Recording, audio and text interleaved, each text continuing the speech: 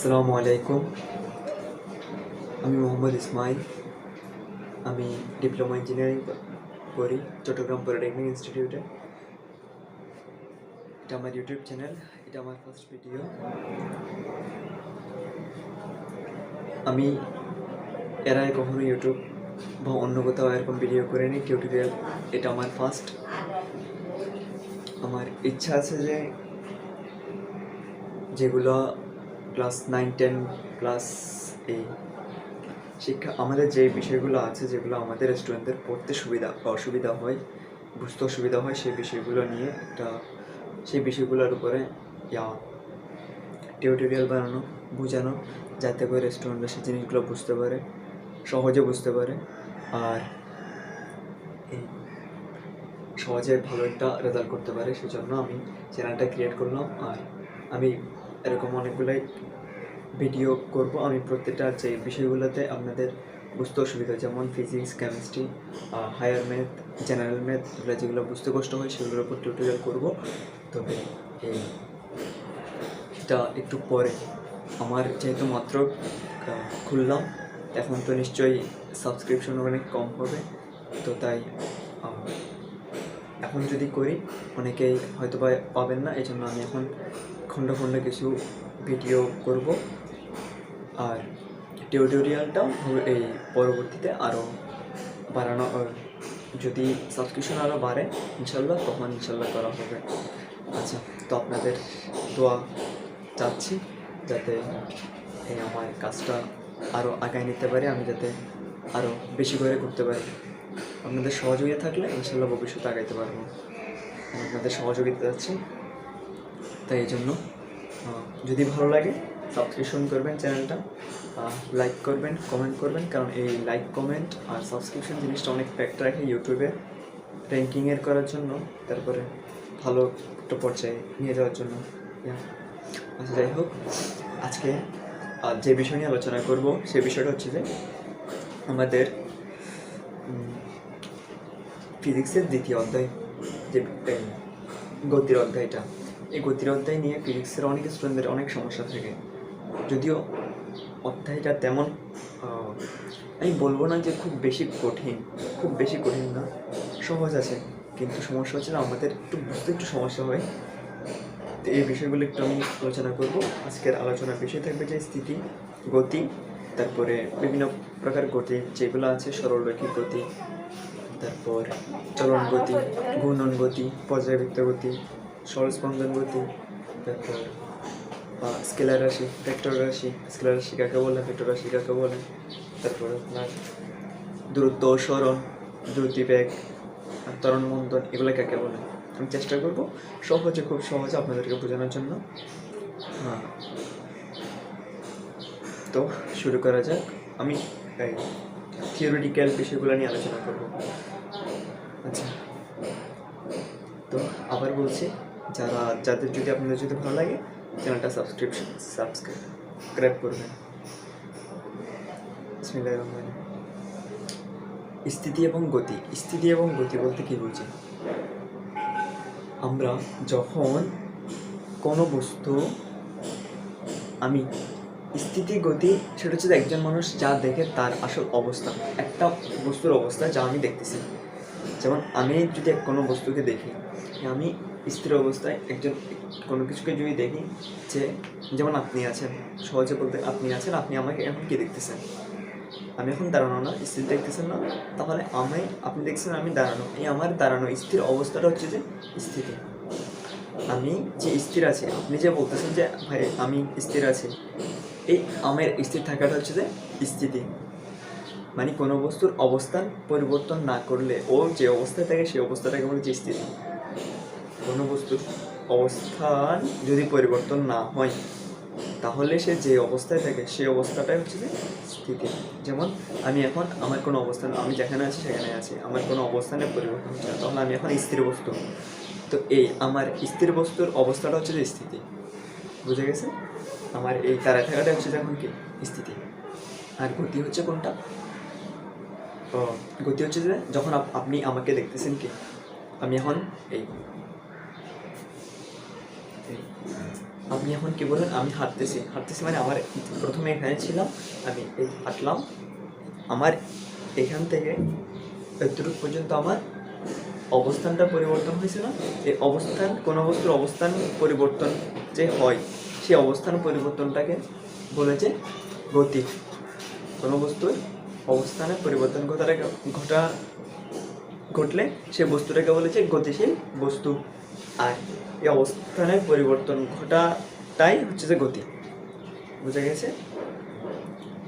এবার হচ্ছে যে আরেকটা জিনিস আছে, যে জিনিসটা আমাদের একটু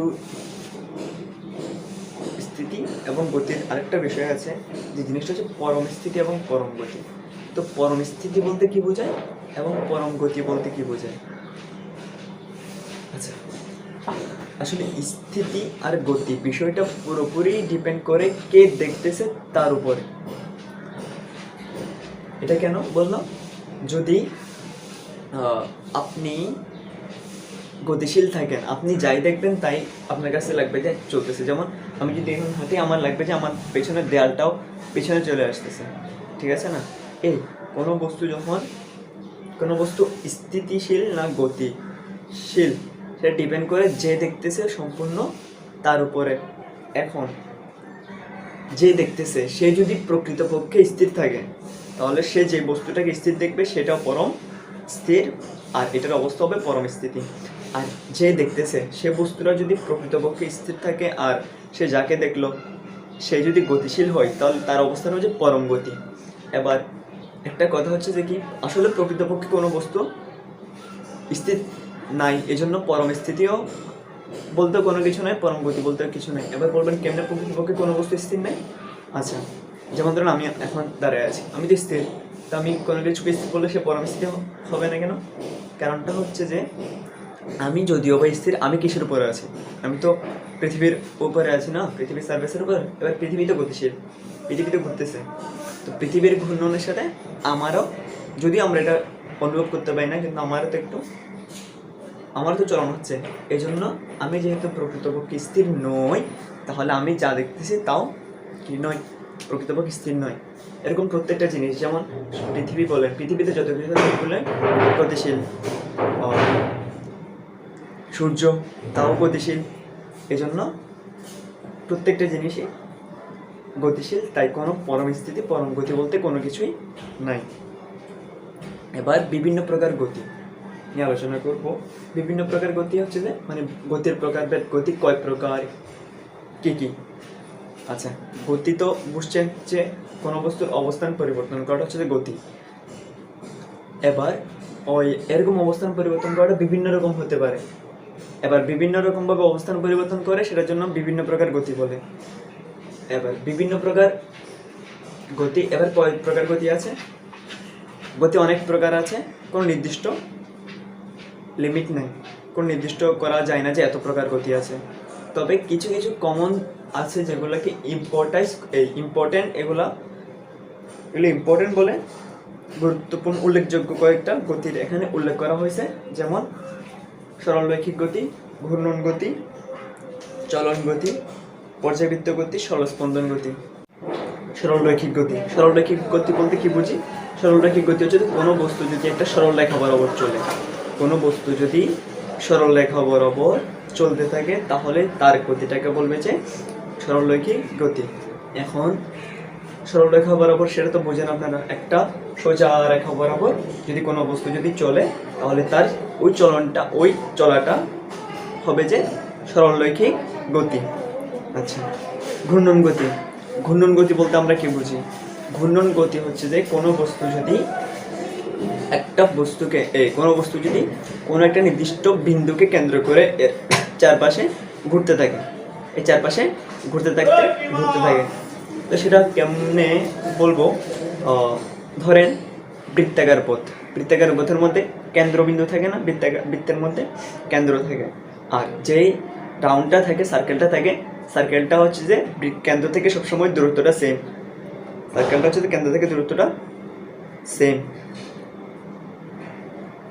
যেটাকে আমরা ব্যাসার্ধ বলি।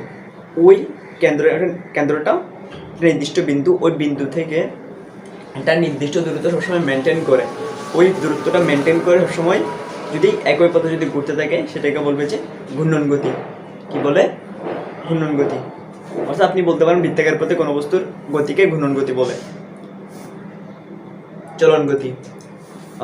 চলন গতি বলতে কি বোঝায়? চলন গতি বলতে বোঝায় যে একটা বস্তু যখন চলতেছে তখন তার যাই আছে পুরা সে বস্তু যতগুলো উপাদান আছে, যা যা উপাদান নিয়ে গঠিত, সে সব কিছু যদি একসাথে একই দূরত্ব অতিক্রম করলে তাকে বলবে যে চলন গতি। যেমন যদি আমি হাঁটি, আমার প্রথমে পা যাচ্ছে, আমার উপর সেটে যাচ্ছে না, তো আমি হাঁটলাম, এখন আমার সামনে সেট হাঁটলো, পা স্থির আছে, তো সেক্ষেত্রে আমার শরীরের প্রত্যেকটা অঙ্গ প্রত্যঙ্গ কিন্তু একসাথে একই দূরত্ব অতিক্রম করছে না। কিন্তু আমরা যখন গাড়ির চিন্তা করি, গাড়ির শুধু চাকা ব্যতীত সম্পূর্ণ গাড়িটার অন্যান্য পার্টস কিন্তু একই সময়ে একই দূরত্ব অতিক্রম করে, শুধু চাকাটা মাত্র ঘূর্ণন গতি ফলো করে। চাকা ছাড়া অন্য সব কিছুই চলন গতি মেনটেন করে। অর্থাৎ গাড়ির সবগুলো পার্টস একসাথে প্রথম পার্টটা যতদূর অতিক্রম করছে দূরত্ব, একেবারে লাস্ট পার্টটা সেটাও সেম দূরত্ব অতিক্রম করছে। এর প্রকার গতিকে বলেছে চলন গতি। এগুলো অনেক উদাহরণ আছে। যেমন ধরুন আপনি বললাম গাড়ি, চাকা ব্যতীত গাড়ির যেই অন্যান্য পার্টসের যেই গতিটা সেটা, তারপর আপনার প্রত্যেকটা গাড়ির এই রেল লাইনের ট্রেনের, বিমানের, এরকম প্রত্যেকটাই। এবার পর্যায়বৃত্ত গতি বলতে আমরা কি বুঝি? পর্যায়বৃত্ত গতি হচ্ছে যে একটা যে চলতেছে, ওরকম কোনো বস্তুর গতিটা যদি এমন হয় যে সে একটা নির্দিষ্ট সময় পরপর একটা পথ দিয়ে অতিক্রম করতেছে, একটা নির্দিষ্ট সময় পরপর একটা পথ দিয়ে অতিক্রম করে, তাহলে তার ওই গতিটাকে বলবে যে পর্যায়বৃত্ত গতি। এক্ষেত্রে বিষয়টা হচ্ছে অন্যগুলোতে সময়ের কোনো ব্যাপার ছিল না, কিন্তু এখানে সময়ের ব্যাপার আছে। একটা নির্দিষ্ট সময়ে কোনো বস্তু যদি একই পথ দিয়ে অতিক্রম করে তবে তার গতিটাকে বলবে যে পর্যায়বৃত্ত গতি।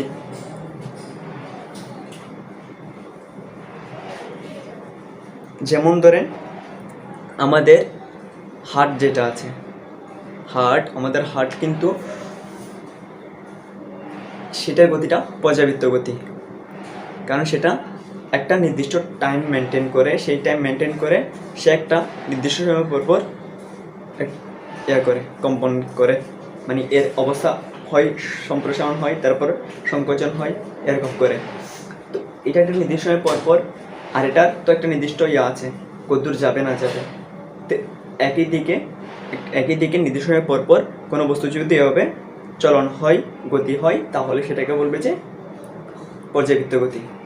আশা করি বুঝতে পারছেন। যেমন ধরেন আরেকটা ঘড়ির কাঁটা, দেখেন ঘড়ির কাঁটাটা কিন্তু একটা নির্দিষ্ট সময় মেনটেন করে চলে, এরকম একটা নির্দিষ্ট সময় পরপর একই দূরত্ব মেনটেন করে চলে, সেটাকেও বলতে পারেন আমরা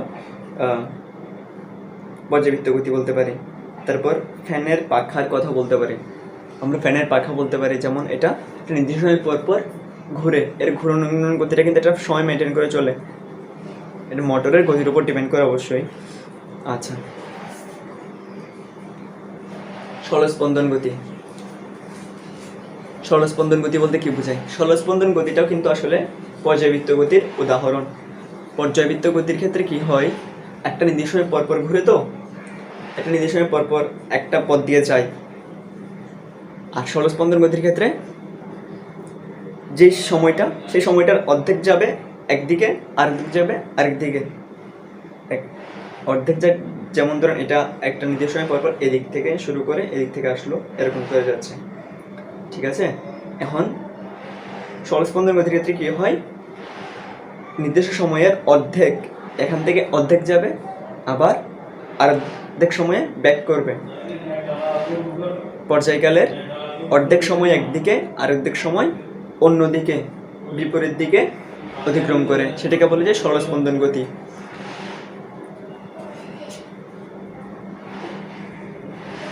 আশা করি বুঝছেন।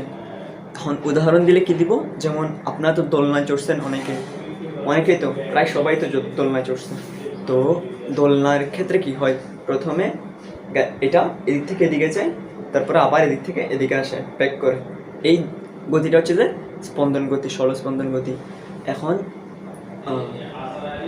সরল স্পন্দন গতিটা ক্ষেত্রে একটা জিনিস জানার আছে, যে জিনিসটা ইয়াতে ম্যাথে গিয়ে কাজে লাগে। পরবর্তী অধ্যায়ে হয়তো এটার থেকে ম্যাথ দিল, যেমন কাজ ক্ষমতা শক্তির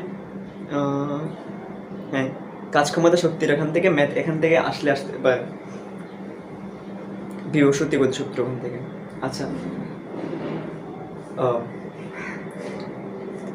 কি সে বিষয়টা, সরল স্পন্দন গতির ক্ষেত্রে শুরু ইনিশিয়াল যে পয়েন্টটা থাকে সেই পয়েন্টটা সে স্থির থাকে না, আবার একটা পর্যায়ে গিয়ে সে আবার কি থাকে, এখান থেকে শুরুর সময় এর থেকে স্থির, একেবারে শেষে স্থির, শুরুটাও স্থির।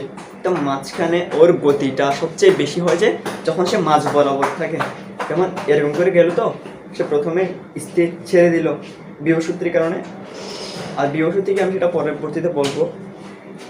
এই যে এখান থেকে শুরু করে ছাড়লো, আবার গেল লাস্ট এখানে, তাহলে শেষ পয়েন্টটা হচ্ছে যে স্থির, শুরুর পয়েন্টটাও স্থির।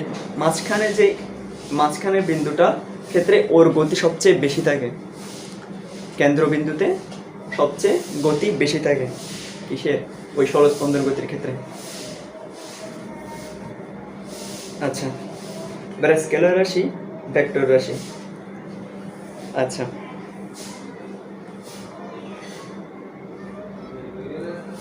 রাশি আগে জিনিসটা আপনার বুঝতে হবে যে রাশি জিনিসটা কি, তারপর আমি বলতে পারবো যে স্কেলার রাশি, ভেক্টর রাশি। রাশি হচ্ছে যে আমরা যা কিছু পরিমাপ করতে পারি সবগুলাই রাশি।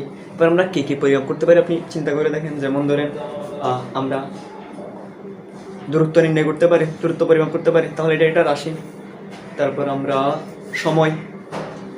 সময়ের একটা নির্দিষ্ট বলতে পারি যে এতটুকু সময় হয়েছে, ঠিক আছে, একটা নির্দিষ্ট সময় ক্যালকুলেট করতে পারি, তাহলে সময় একটা রাশি। তারপরে আমরা ওজন মাপতে পারি, তাই ওজন একটা রাশি। তারপর আমরা কারেন্ট মাপতে পারি, তার কারেন্ট একটা রাশি। এরকম যেগুলো মাপা যায় সেগুলোকে বলা হয়েছে রাশি। আর স্কেলার রাশি, ভেক্টর রাশি কি, স্কেলার রাশি হচ্ছে যে ওর পরিমাপটার বোঝানোর জন্য যদি শুধু ওর মানটা দিয়ে যদি বলা যায় যে মানটা দিয়ে এর সম্পূর্ণভাবে প্রকাশ করা যায়, তাহলে সেটাকে বলবে যে স্কেলার রাশি। আর ওর মানটা দিয়ে যদি সম্পূর্ণভাবে প্রকাশ করা না যায়, মানের সাথে যদি একটা দিকও লাগে, তখন সেক্ষেত্রে বলা হয়েছে, সেটাকে বলা হয় ভেক্টর রাশি। এবার বিভিন্ন প্রকার আবার বলি, স্কেলার রাশি হচ্ছে যে যেই রাশিকে প্রকাশ করার জন্য শুধু তার মানেই যথেষ্ট, তাকে বলবে যে স্কেলার রাশি। আর যে রাশিকে প্রকাশ করার জন্য তার মানের সাথে তার দিকেরও প্রয়োজন আছে, তাকে বলবে যে ভেক্টর রাশি। বুঝছেন আশা করি। এবার স্কেলার রাশির কিছু উদাহরণ যদি আমরা দেই, যেমন দূরত্ব, কিছু আপনাদের বইয়ে যেইগুলো আছে, যেমন দূরত্ব আছে, দ্রুতি আছে, দূরত্ব, দ্রুতি এগুলো, তারপরে দূরত্ব আছে, দ্রুতি আছে। তারপর ভেক্টর রাশির কয়েকটা উদাহরণ দিলে সরণ আছে, বেগ আছে, এগুলো। তো দূরত্ব জিনিসটা স্কেলার রাশি কেন? দূরত্ব হচ্ছে যে কোনো বস্তু টোটাল যে দূরত্ব অতিক্রম করছে সেই জিনিসটা টোটাল পরিমাপটা হচ্ছে যে দূরত্ব। আবার বলি, কোনো বস্তুর টোটাল অবস্থান পরিবর্তন একেবারে শেষ পর্যন্ত যতটুকু সে দূরত্ব অতিক্রম করছে টোটাল, সেটাকে বলবে যে কি, দূরত্ব, অতিক্রান্ত দূরত্ব।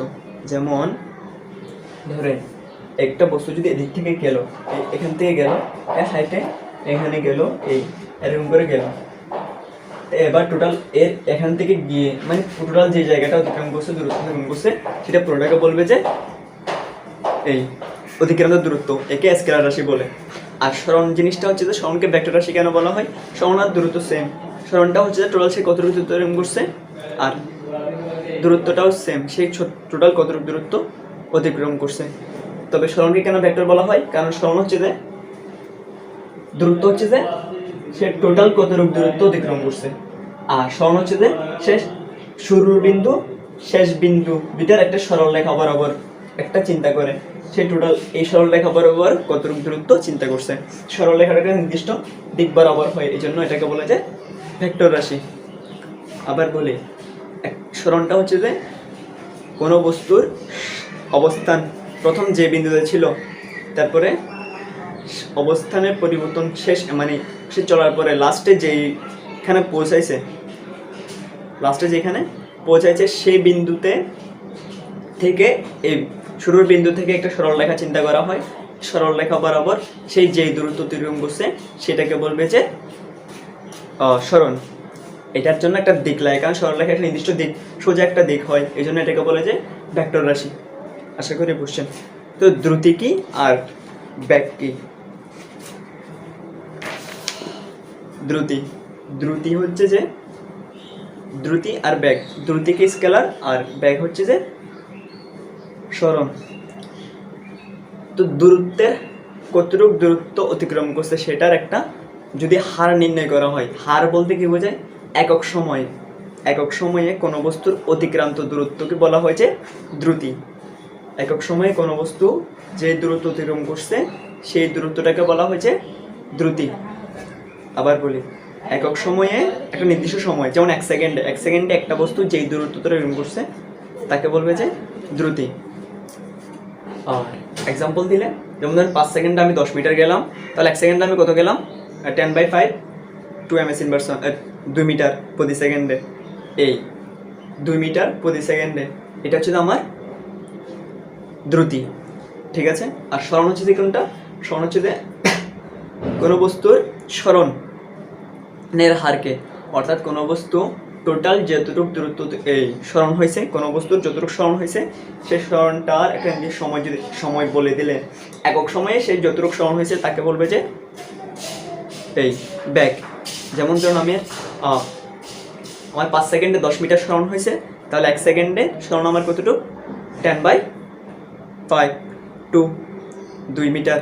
তাহলে আমার 1 সেকেন্ডে সরণ হচ্ছে যে 2 মিটার প্রতি সেকেন্ডে আমার সরণ হইলো। এই আমার 2 মিটার প্রতি সেকেন্ডে যে সরণটা হয়েছে সেটা হচ্ছে যে ব্যাক। বুঝা গেছে?